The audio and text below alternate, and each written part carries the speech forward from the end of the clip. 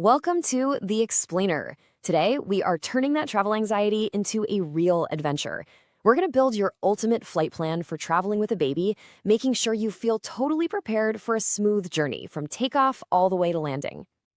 Okay, let's be real. Does the thought of taking your infant on a plane fill you with a little bit of dread?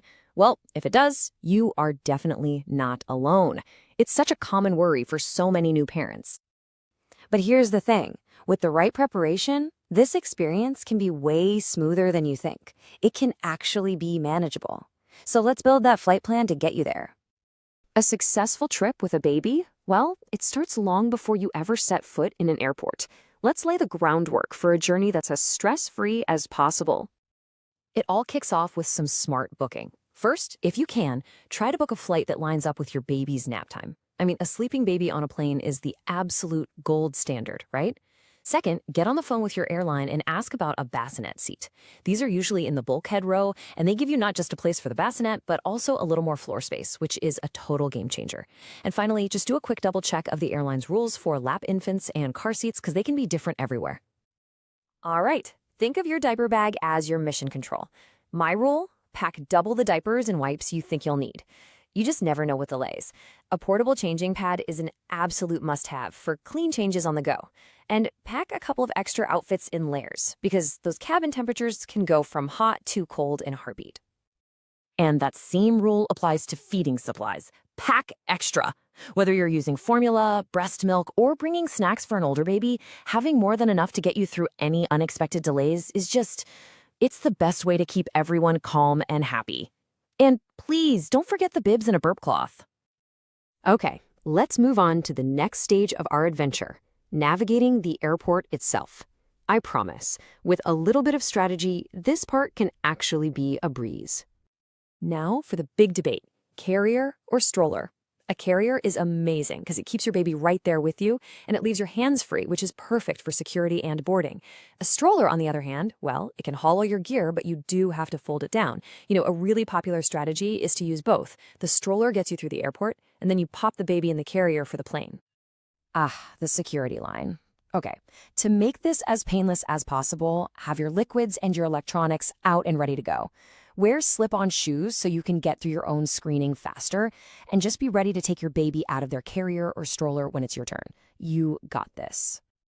Okay, deep breath. We are on the plane. This next section is all about creating a calm, comfortable little bubble for you and your baby at 30,000 feet. So what do you think is the number one thing that makes babies fussy on a plane? It's usually not boredom. And it's not always hunger. It's a physical feeling that they don't understand. It's that ear pressure. The change during takeoff and landing can be really uncomfortable for their tiny little ears.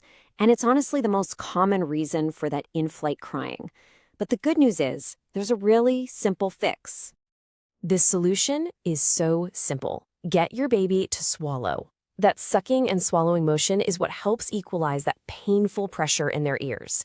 So plan to have a bottle ready, or breastfeed, or offer a pacifier specifically during takeoff, and then again when you feel the plane start its initial descent. It is the single most effective trick in the book. For all the time in between, you'll want a little entertainment kit at the ready. A few familiar soft toys are great, but here's a pro tip. Pack 1 or 2 new, quiet toys. That novelty factor can buy you some very precious minutes of happy distraction. And touchdown! You've made it. But the journey isn't quite over when the wheels hit the tarmac. How you handle these first few days at your destination is so key to getting everyone settled and happy. So this slide basically lays out a simple 3-day plan to help tackle jet lag. On day 1, get your baby out into natural light as much as you can. It helps reset their internal clock. On day 2, start nudging those nap times and meal times a little closer to the new schedule. And by day 3, bringing back your familiar bedtime routine is going to be the key to signaling that it's time for a good night's sleep. For that first day, just keep it simple. Have your essentials bag somewhere you can grab it easily, so you can do a quick diaper change or feeding right away. And don't overschedule yourselves. The goal for day 1 is just rest, recovery, and some gentle adjustment for everyone, and that includes you. And that brings us to our final and maybe most important point. let's kind of shift our focus from all the logistics to the bigger picture here. This right here is the most important takeaway.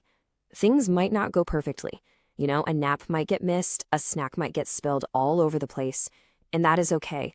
The goal isn't a flawless trip, it's about being flexible and just starting to build these amazing travel memories together. So, with your flight plan in hand, the only question left is the really fun one. Where will your first family adventure take you?